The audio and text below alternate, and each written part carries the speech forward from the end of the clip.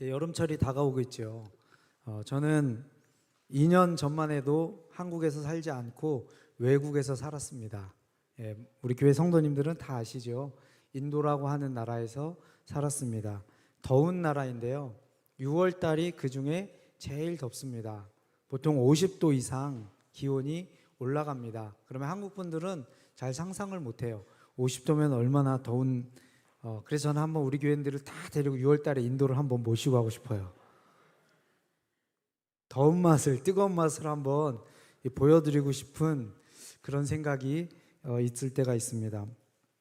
더운 나라입니다. 또 외국 생활을 하다 보니까 먹을 것이 많지가 않아요. 카레를 좋아하는 분들에겐 천국입니다. 모든 음식이 다 카레예요. 치킨 커리, 뭐 감자 카레, 시금치 카레. 우리나라는 모든 음식이 국찌개잖아요. 대부분 탕. 인도는 모든 음식이 카레입니다. 저는 카레를 별로 좋아하지 않습니다. 그래서 인도에서 뭐 먹고 살았냐고 물어보는 사람이 있어요. 그러면 밖에서는 어쩔 수 없습니다. 카레를 먹어야 됩니다. 모든 게 카레입니다. 나가면 사역할 때는 카레를 먹습니다. 집에서는 뭐 먹을까요? 집에서는 카레를 절대 먹지 않습니다. 이제 한국 음식을 먹어야 돼요. 한국 음식 재료가 많지 않으니까 있는 선에서 그렇게 먹습니다. 며칠 전에 우리 교회 성도님이 같이 식사를 하러 갔는데 저보고 물어보셨어요. 목사님 뭘 좋아하세요? 제가 이렇게 대답했습니다. 저는 인도에서 오래 살다 와서 뭐든지 맛있고 잘 먹습니다. 라면도 너무 맛있습니다. 이렇게 얘기했더니 웃으시더라고요. 이제 어느 해 여름이 되면 한국에 비자를 받으러 와야 됩니다. 내 집집마다 한국 사람들이 사는 집에는요, 여기 한국에 계신 분들은 김치냉장고가 있잖아요. 인도에 있는 한국 사람들에게는 집에 냉동고가 있습니다. 냉동만 되는. 그래서 기회 있을 때 한국 음식을 가져오면요, 얼려놓는 거예요. 몇 달이고 해서 그것을 먹습니다. 그래서 한국의 가족들이 이제 비자를 받으러 들어오는데 그 관리 사무실에 가서 제가 이제 부탁을 했어요. 내가 가고 나서 한국에 가서 전기세 고지서가 나올 텐데 전기세 고지서 나왔을 때 그 돈을 안 내면 전기를 끊어버리거든요. 그래서 전기를 끊지 마라. 내가 다음 달 것까지 얼마인지 모르지만 넉넉하게 전기세를 성금으로 내놓고 가겠다. 그래서 이제 다음 달 전기세까지 성금으로 내고 이제 한국에 와서 비자도 받고 또 후원하는 교회 다니면서 사역도 보고 하고 그렇게 이제 인도를 돌아갔습니다. 갈 때 짐의 대부분은 먹을 겁니다. 먹을 거예요. 초창기에는 거의 책이었는데요. 책은 점점 줄고 이제 먹을 거로 바뀌더라고요.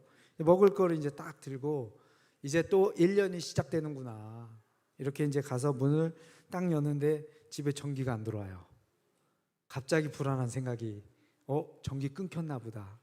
근데 집안에서 약간 냄새가 납니다. 그래서 결국 봤더니요, 전기가 끊겼어요. 그래서 얼른 전화해가지고 관리 사무실에 전화를 보통 안 받을 텐데 마침 사람이 와서 전기를 연결해 줘서 에어컨을 틀고 다시 잠을 잘 수가 있었습니다.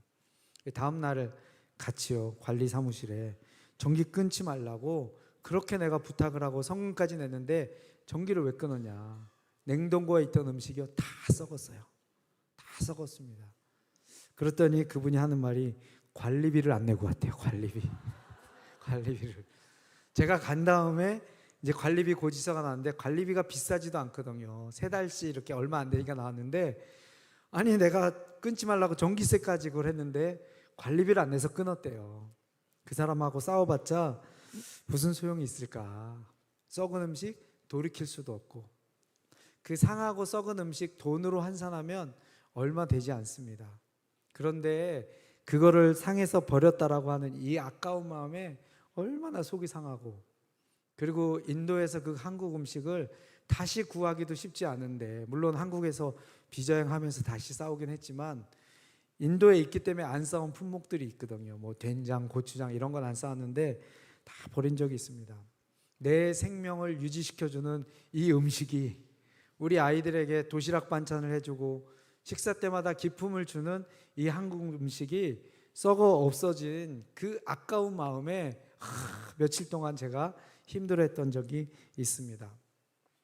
여러분, 우리가 읽는 성경, 하나님 말씀의 핵심 가치는 무엇이냐면요, 생명입니다. 성경 구약부터 요한계시록기까지, 창세기부터 요한계시록기까지 직접 드러나 있을 수도 있고 드러나 있지도 않을 수도 있지만 그 맥을 관통하는 주제는요, 생명입니다.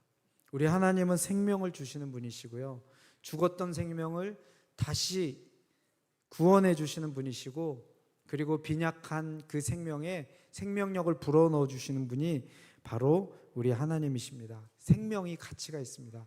여기 계신 우리 부모님들 한번 생각해 보세요. 여러분 인생 밑거름이 돼서 우리 자녀들의 인생 그 생명 꽃 피우기 위해서 여러분 사랑하고 수고하고 헌신하지 않으셨나요? 우리 부모님들 아이들이 이렇게 공부 열심히 하길 원하지요. 그 아이들이 가지고 있는 생명을 꽃 피우게 하기 위해서. 제가 인도에 있는 슬럼 지역에 학교에 다니지 않는 아이들을 공부를 가르치기 위해서 슬럼 학교를 세웁니다. 그곳에 있는 사람들은요, 다 100% 힌두교인들입니다. 예수님을 알지 못하고 하나님을 믿지 않는 사람들입니다. 근데 교육을 시작할 때 얘기합니다. 우리는 아이들에게 성경을 가르칩니다. 그러면 부모님이 우리는 절대로 우리 자식 안 보내겠습니다. 물론 이 교육비는 무료로 공부를 시켜줍니다. 이 빈민층 아이들이기 때문에 대부분의 많은 사람들은요, 아이를 보내지 않습니다. 그럼에도 불구하고 많은 부모들은요, 자기 자식에게 그 학교를 보냅니다. 자기들이 믿는 종교 힌두교인데 하나님 믿는 다른 종교 성경 말씀을 가르치는데 자기 아이들을 보내요. 왜 그럴까요? 이 사람들이 종교심이 약한 사람들이 아닙니다. 자기들 힘으로는 자기 자녀의 교육을 시킬 수 없는 현실 앞에서 내 자식만큼은 생명의 꽃을 피우겠다라고 하는 마음으로 양보하면서 성경을 가르칠지언정 아이들을 보내는 거죠. 나중엔 결국 어떻게 되죠? 아이들의 전도를 통해서 부모님까지 돌아오게 되는 그런 역사가 일어납니다. 자, 아까 제가 음식 상한 얘기를 다시 그 얘기를 좀 돌아가면서 생각해 봤습니다. 음식 상한 것도 이렇게 속상하고 아까운데 하나님께서 창조하신 하나님의 영광과 형상을 지닌 이 사람이 부패하고 썩어져 없어질 때 우리 하나님은 이것을 얼마나 아까워하실까? 여러분, 우리 생명이 힘을 얻고 꽃을 피우기 위해서 반드시 필요한 것 중에 하나는 물이죠. 물이 있어야만 됩니다. 제가 아는 한 선교사님이 한국에서 사역을 잘 하시다가 아프리카를 여행하게 됐어요. 그런데 아프리카에 있는 선교사님의 소개로 물 없는 아주 건조하고 열악한 지역을 가게 되었습니다. 사람이 살기 위해서는 물이 필요하죠. 그래서 그 물을 기르러 아이들이 다 물 항아리 안고 1시간, 2시간, 멀리는 4시간씩 가서 물을 길러오는 그 모습을 보면서 이분이 자기 꿈, 자기 계획을 다 내려놓고 내 인생 더 값지게 살고 싶다. 아프리카에 물 없이 죽어가는 저 영혼들에게, 저 생명들에게 물을 공급해주는 내 삶을 살아야겠다. 그래서 이분이 아프리카로 갑니다. 벌써 한 20년이 지났거든요. 그때부터 지금까지 이분은 물 없는 지역을 찾아다니면서 우물을 파서 그 사람에게 생명을 주는, 물을 공급해주는 그 사역을 지금까지 잘 하고 있습니다. 사람이 살기 위해서는요, 물이 필요합니다. 우리의 생명이 꽃 피우기 위해서 가장 꽃 피우고 그리고 아주 맥시멈으로 최상의 상태, 그 상태는 어떤 나라일까요? 어떤 상태일까요? 그 상태는 바로 하나님의 나라입니다. 하나님께서 통치하시는, 하나님의 목적이 이루어지는 나라, 하나님의 충만함이 우리 삶에서 실현되는 그런 나라입니다. 여러분, 식물, 그 남미의 사막 지역에 이게 기후 변화로, 이상 기온으로 홍수가 일어난 적이 있어요. 비가 엄청나게 났습니다. 풀 한 폭이 없던 그 지역에 그렇게 홍수가 났더니 어떤 변화가 일어났냐면요, 바로 야생화들이, 수천 종류의 야생화들이 꽃을 피우면서 풀이 자라기 시작했습니다. 여러분, 물이 들어가면요, 식물이 자라납니다. 하나님 나라가 임하기 위해서는 무엇이 필요하죠? 하나님 나라가 임하기 위해서 반드시 필요한 것은요, 하나님의 말씀입니다. 하나님의 말씀이 전파되고 공급될 때 영혼들이 살아나기 시작하는 것이에요. 오늘 우리 본문의 말씀에 보니까 예루살렘 부근에 수많은 사람들도 모여 병든 사람과 더러운 귀신에게 괴로움 받는 사람을 데리고 와서 다 나음을 얻으니라. 하나님의 말씀이 선포되니까 병든 육체도 나음을 얻고요. 그리고 영혼이 회복되는 하나님 나라의 충만함이 그곳에 임하기 시작합니다. 여러분, 세상을 변화시키는, 한 사람의 인생을 변화시키는 가장 필수적인 도구, 가장 강력한 도구는 무엇이냐면요, 바로 하나님의 말씀입니다. 하나님의 말씀이 선포될 때 하나님의 나라가 임합니다. 자, 그런 이 전자에서 그러면 하나님이 가장 기뻐하시는 것은 무엇일까요? 답은 다 여러분 들어있지요? 예. 하나님의 나라가 임하기 위해서는 하나님의 말씀이 필요한데, 하나님께서 가장 기뻐하시는 것은 하나님의 나라가 임하는 것이죠.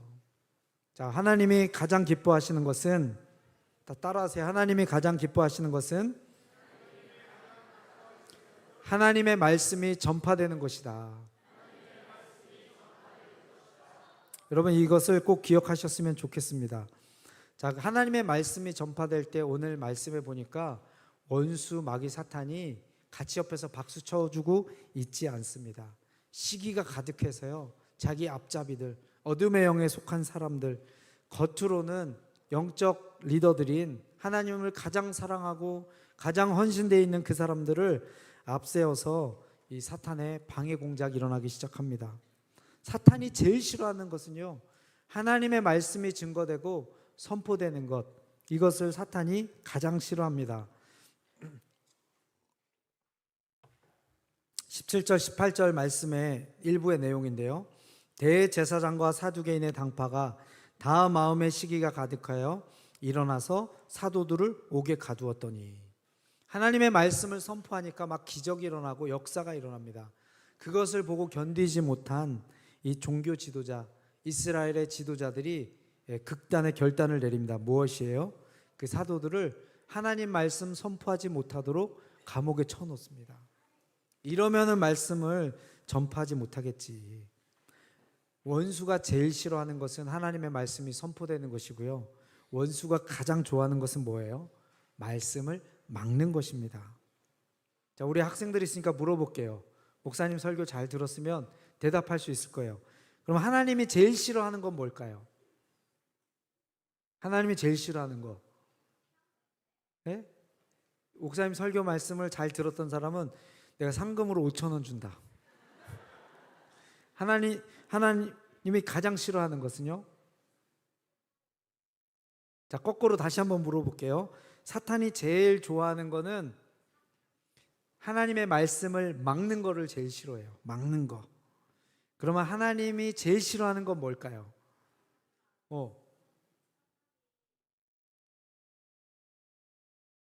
사탄이 하나님의 말씀을 전파되도록 못하도록 막는 거. 자, 딩동댕. 자, 목사님한테 5,000원 줄게. 네? 말씀이 막히는 거를 제일 싫어합니다. 말씀이 막히는 거. 전기가 끊어지니까요, 제 소중한 음식이 상하잖아요. 하나님의 말씀이 막히면 영혼들이 썩습니다. 상합니다. 죽은 자들이 살아나지 못합니다. 우리 하나님의 말씀이, 하나님께서 가장 기뻐하시는 것은요, 말씀이 흥하게 유통되는 것입니다. 감옥에 가뒀는데 그때 하나님이 가만히 계실 수가 없어요. 너무 답답해서. 우리 19절 20절 말씀에 이런 말씀이 나오죠. 주의 사자가 밤에 옥문을 열고 끌어내어 이르되 가서 성전에 가서 이 생명의 말씀을 다 백성에게 말하라. 천사가 와서요, 옥문을 열어줍니다. 근데 열쇠가 열린 것은 아니에요. 열쇠 가서 봤더니 열쇠는 그대로 있습니다. 기적적인 방법으로, 신비한 방법으로 감옥에 갇혀있던 사도들을 천사가 끄집어내 줍니다. 그리고 가서 천사가 얘기하죠. 다시 성전에 가서 하나님의 말씀을 전파라. 여러분, 옥문도 어떤 방에도 하나님의 말씀이 흥황하게 전파되는 것을 막을 수 없습니다. 단 하나의 장애물이 있어요. 그 장애물은 무엇일까요? 천사가 사도들에게 명령하죠. 새벽에 성전에 들어가서 가르쳐라. 다시 말씀을 증거하라. 여러분, 다시 말씀을 전파하면 어떻게 되죠? 또 붙잡히다 감옥에 갈 거예요. 감옥에 갈 이 두려움을 극복할 마음이 있는가?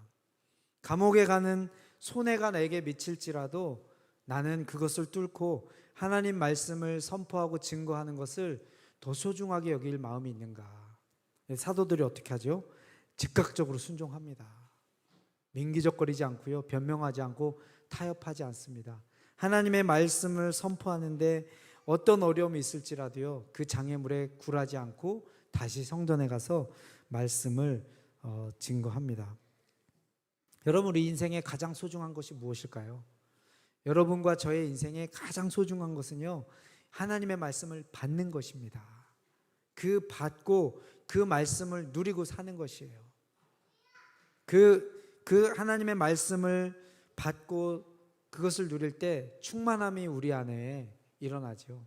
이제 흘러넘치는 그 충만함을 하나님의 사랑으로 증거하고 선포하는 것, 그것이 바로 말씀의 선포인 것입니다. 우리가 인생에 유통해야 될 것, 흘려보내야 될 것이 많이 있지만 하나님의 말씀을 흘려보내고 유통하는 것만큼 값지고 귀한 일은 없다라고 하는 것입니다. 열방을 변화시키는 하나님의 책이라는 제목의 책이 있습니다. 그 책을 쓰신 분은 로렌 커닝햄 목사님, 올해인가 작년에 세상을 떠나셨어요. 이분은 인류 최초로 지구상에 있는 모든 나라들을 다 방문해 보신 분입니다. 자, 두 번째 퀴즈, 5,000원짜리 퀴즈, 우리 아이들. 자, 지구상에 있는 모든 나라를 다 방문한 그 목사님의 이름은? 자, 퀴즈 패스. 다음에 퀴즈 또 낼게요. 로렌 커닝햄 목사님입니다. 그분은 복음을 증거하러 다녔는데 그분은 그런 질문을 하게 됐어요. 어떤 나라는 잘 살고 부유하고 어떤 나라는 못 살고 다양한 이론이 존재하지만 이 나라가 이렇게 잘 살게 된 이유는 무엇인가를 이분이 관찰하기 시작합니다. 그러면서 그분은 깨닫습니다. 하나님의 생명의 말씀이 그 나라에 들어갈 때 그 나라 민족이 살아나는구나, 일어나는구나. 저는 20대 나이에 이 사명을 붙잡고 제 모든 삶을 뒤로하고 하나님의 말씀을 선포하러 인도라고 하는 나라에 갔습니다. 수천 년 동안 조상 대대로 우상을 숭배하던 그 나라에 하나님의 말씀의 씨를 뿌리기 시작했습니다. 도저히 변화될 것 같지 않든 돌덩이 같은, 과연 저 사람들이 하나님을 예배하는 사람이 되는 것은, 이거는 기적이고 저도 못 믿었어요. 됐으면 좋겠는데 과연 그렇게 될까? 하나님의 말씀이 흘러들어가자 사막에 홍수 비가 났을 때 정말 아름다운 수천 종류의 야생화가 핀 것처럼요, 그 영혼들이 살아나기 시작합니다. 그 영혼들의 일부가 우리 하나님을 예배하고 찬양하는 것을 우리 작년에 단기 선교관 우리 청년들과 선교팀은 봤어요. 1,800명의 아이들이 모여서 하나님을 예배하는 모습, 그 전에 하나님을 알지도 못하던 그들이 일어나고 꽃 피우는 모습을 보게 되었던 것이죠. 물을 주고요, 씨를 심고 선포하면요, 하나님이 역사하기 시작하십니다. 로렌 커닝햄 목사님의 눈에 들어왔던 수많은 나라의 첫 번째 나라의 리스트는요, 대한민국입니다. 그분이 한국을 처음 방문했을 때 1979년도에 한국을 방문했을 때 아마 그때는 공항이 여의도에 있었던 시절이었을 거예요. 비행기가 내리는데 서울 밤하늘, 이 상공에서 내려다본 서울에 불빛이 거의 없었대요. 대한민국 79년도에 이 저녁에 대한민국에는요, 불빛이 거의 없었습니다. 가난하던 나라, 전기가 많지 않던 나라였어요. 그때 5,000명 교회 담임 목사님인, 그때 당시에 큰 대형 교회 담임 목사님인 조용기 목사님을 만납니다. 이분이. 그리고 나서 당신의 기도 제목 중 여러 가지를 듣는데요, 그때 조용기 목사님의 기도 제목이 뭐였냐면요, 우리 성도들 신방하러 갈 때 필요한 자전거를 주세요. 자전거가 없으셨어요, 그분이. 세계에서 가장 큰 교회로 나중에 성장하게 된 79년도에 조용기 목사님의 기도 제목은요, 자전거를 위해서 기도하는 것이었습니다. 그만큼 한국이 가난했던 나라였다. 그런데 하나님의 말씀이 들어가자 하나님께서 한국을 발전시키고 번영케 하고 세계를 축복한 나라로 바꾼 그 첫 이 사례로 한국이 나옵니다. 또 몇 가지 사례가 나오는데요. 여러분, 유럽에서 가장 가난했던 나라, 200년 전에, 250년 전에 그 이후로 가장 가난했던 나라가 어떤 나라인지 아세요? 우리 학생들에게 5,000원짜리 상품이 걸려 있습니다. 유럽에서 가장 가난했던 나라는 패스, 스위스입니다. 스위스. 예, 세계에서 도시 큰 규모로는 제일 잘 사는 나라죠. 스위스. 스위스에서 가장 가난했던 나라예요. 제가 스위스를 가보니까 잘 가난할 수밖에 없어요. 구조가 다 산입니다. 평야지대가 거의 없어요. 독일, 프랑스 이런 데 가면 평화가 쫙 펼쳐지는데요. 스위스는 다 산입니다. 척박합니다. 그러니까 이 거지가 그냥 길거리에 다 즐비했던 그 나라에 스위스 사람들 누구를 붙잡고 어떻게 스위스는 이렇게 잘 사는 나라가 됐습니까? 물어보면 모든 사람이 거의 대답합니다. 존 칼빈 때문에 그렇습니다. 종교 계획을 위해서 스위스로 온 이 존 칼빈이 종교 계획을 시작하면서 뭐라고 가르쳤죠? 모든 일을 하나님께 하듯 해라. 직업 윤리를 가르치고 하나님의 말씀인 성경을 열심히 가르치기 시작했습니다. 그때부터 스위스에서는요, 세계 최고의 기계공들, 이 기계공학자들이 나오기 시작했습니다. 제가 스위스 상담학교에서 이렇게 바깥에 이제 여행을 하다가 주말에 우리 한국에 있는 그때 당시에 방학 때 와서 공부를 하고 있던 우리 아이들에게 시계 하나씩 사줘야겠다 하고 시계방을 들어갔어요. 예, 얼마였을까요? 괜찮아 보이는 시계를 딱 봤더니 3천만 원.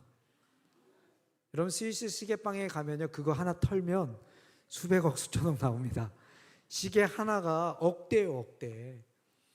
좀 싸구려 같이 딱 보면 100만 원대입니다. 몇 백만 원짜리 시계는요, 아주 저가의 시계입니다. 우리가 아는 그 브랜드 말고 수많은 브랜드들이 있는데요, 이 거리에 그런 시계상들이 쫙 끝도 없이 펼쳐져 있습니다.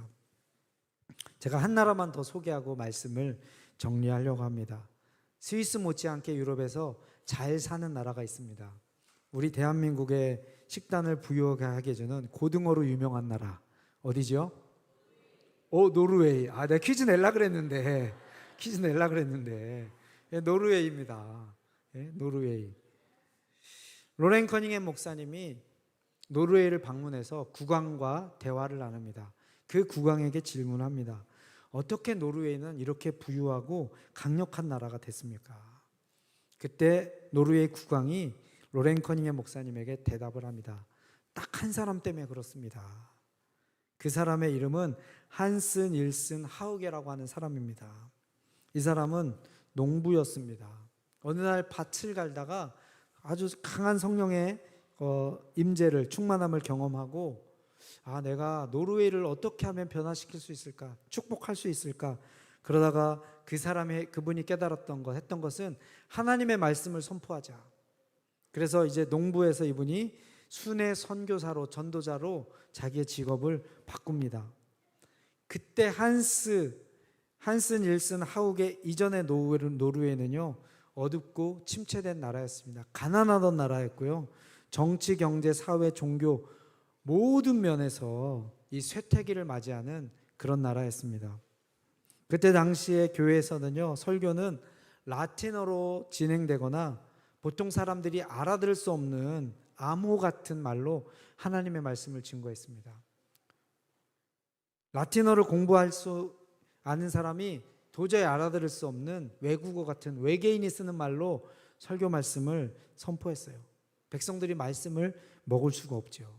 그래서 한스는요, 쉬운 말로 전국을 다니면서 성경을 가르치고 성경 공부를 인도하고 말씀을 선포하는 일을 했는데, 말을 타지 않고 걸어서 날마다 그의 인생의 수만 킬로를 다니면서 보통 4개에서 5개의 마을을 방문하면서 그렇게 하나님의 말씀을 선포했습니다. 각 지역에서는요, 이 소규모로 성경을 공부하는 운동이 일어났고요, 그리고 성경을 함께 읽고 토론하고 삶에 적용하는 이 말씀 운동이 일어나기 시작됐습니다. 여러분 반대가 없었을까요? 하욱에는 노르웨이의 국교였던 이 루터교 종교 지도자들로부터 이 정면적인 도전이다 해가지고 11번이나 감옥에 투옥이 됩니다. 한 번이 아니고요, 11번이나. 그리고 한 번만 더 어겼다가는 사형에 처할 것이다 라는 협박을 받습니다. 그런데 그는 굴하지 않습니다. 열심히 가서 자기의 생명을 걸고 그렇게 전파를 했습니다. 그의 신념은 딱 한 가지였어요. 하나님의 말씀은 막혀서는 안 된다. 읽혀져야 되고 그들의 귀로 들려져야 되고 우리의 삶으로 살아나야 된다. 우리 다음 세대 자녀들이 있습니다. 여러분 인생에 가장 소중하고 가치 있는 일은 무엇일까요? 여러분 아직 꿈을 정하지 않았죠.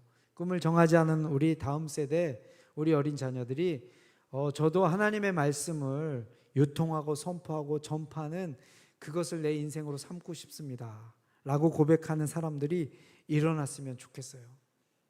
저는 한국에 오기 전까지 인도에 25개 도시의 선교센터를 세워서 수백 명의 사역자들과 함께 인도 선교를 잘 하고 있었습니다. 사역의 꽃을 피우고 있었어요. 그런데 기도하는 어느 날 하나님께서 모든 사역을 뒤로하고 무조건 한국으로 가라라고 하는 굉장히 강한 하나님의 음성이 임했습니다. 하나님, 이 사역 이거 놔두고 어떻게 갑니까? 이렇게 지금 사역이 너무나도 많은 열매를 맺고 있고 너무 잘 되고 있는데, 그때 하나님께서 마음속에 그런 도전을 주셨어요. 너 한 나라만 사역할래? 한 나라만? 그러면서 하나님께서 저에게 주신 마음은 100나라를 섬겨야 되지 않겠냐. 이제 한 나라 섬기는 것은 이제 그만두고 여태까지 했던 한 나라를 잘 섬겼던 경험을 이제 기반으로 해서 100개 나라를 축복하고 하나님의 말씀을 선포하는 그 일을 하기 위해서는 한국으로 돌아가야 된다. 그러던 와중에 하나님께서 저희 가정을 우리 온양온천교회로 인도해 주셨습니다. 자, 여러분 최소 한 나라는 맡으셔야 되지 않겠어요? 자, 우리 옆에 계신 분에게 한 나라 책임집시다. 진심이시죠? 네, 우리 시간 우리 함께 기도했으면 좋겠습니다. 우리 하나님의 말씀, 하나님 그것을 막히는 것을 가장 싫어하시고요, 하나님 가장 기뻐하시는 것이 말씀이 흘러나가는 것입니다. 여러분이 성경학자가 될 필요도 없습니다. 성경을 다 가르칠 필요도 없습니다. 우리 하나님의 말씀의 핵심은 무엇이죠? 하나님이 당신을 사랑하십니다. 하나님이 당신을 축복하기 원하십니다. 하나님의 사랑과 축복은 예수 그리스도를 통해서 이루어집니다. 이것이 하나님의 말씀의 핵심입니다. 우리 교회는 새생명 지금 전도 축제를 하고 있습니다. 여러분 복잡하고 어려운 말 하실 필요 없습니다. 하나님이 당신을 사랑하십니다.